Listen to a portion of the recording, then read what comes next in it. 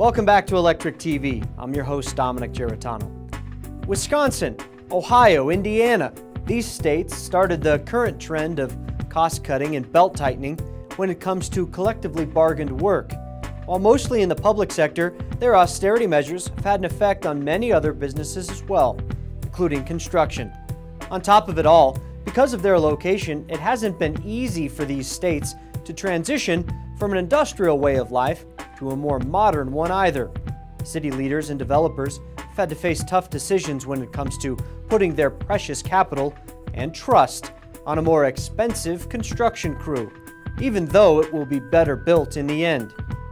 That's what happened to the developer in our story today when it came to his new building, the Moderne, in downtown Milwaukee. Not only was it difficult to procure the funding for the building, he also knew that if he didn't do it right the first time, it wouldn't work at all. What he realized literally changed the course of his company forever. Being cost-conscious didn't have to mean cutting corners, especially when relying on the NECA-IBEW team during crunch time. Walk down the street in Milwaukee and ask 10 different people what they think about unions, and you might as well get 10 different answers. Things are tough, and as a function of that, people are looking to cut costs wherever they are. This is Rick Barrett, founder of Barrett Visionary Development. Barrett is one of the big names in building in Milwaukee. Barrett Visionary Development has just that, a vision for Milwaukee.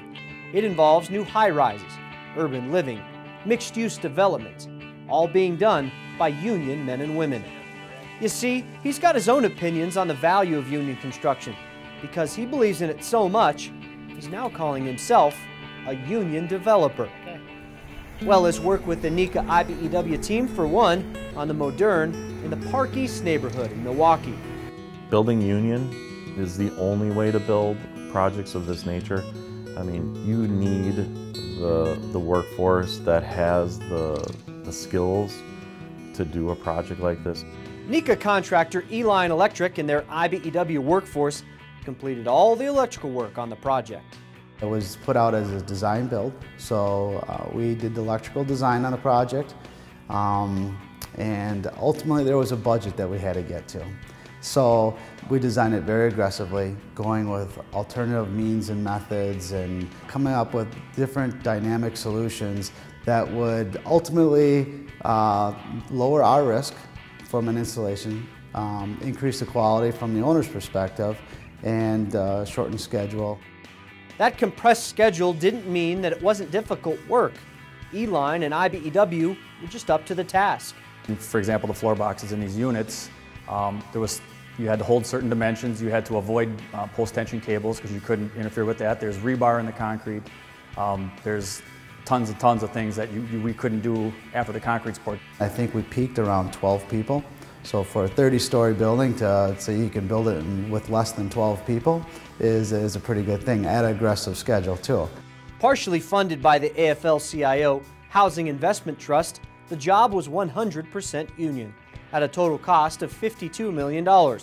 It's 30 stories high, contains 203 apartments, 14 condos, and a restaurant. We were really impressed with the dedication that everyone from the electricians to the HVAC guys and the crews doing the concrete, just their dedication to making sure it was done correctly. And I think we couldn't have come out with a building like this if a team like that hadn't worked together. In this life, people fall into one of two categories: problem makers and problem solvers. The NECA-IBEW team solves problems.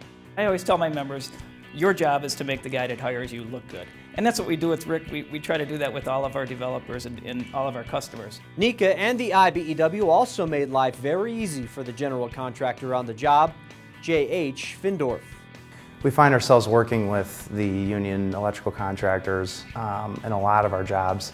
And I think it's really because in our markets, they tend to be, the most sophisticated and high-performing electrical contractors, and they're competitive. I mean, really, at the end of the day, in the free market, they've been competitive. They can perform.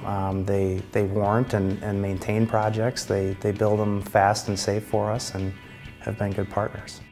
Barrett himself is now preaching the good news of the NECA-IBEW team to everyone he meets. He's got a good reason why. You see, they're skilled, safe, trained, and productive. All things which directly increase his bottom line. In other words, they made him money. A lot of other developers believe that, you know, when you think of union, you think, wow, there's a lot of additional cost. There's additional cost in per hourly rate perhaps, but what really happens with the unions is these guys get the same amount of work done in a faster way, and time is money. And for the town of Milwaukee, this building stands as a testament to what can be done with hard work and faith in the union man and woman. It was a symbol, I think, for the city of Milwaukee, for developers, for the city, for multiple industries.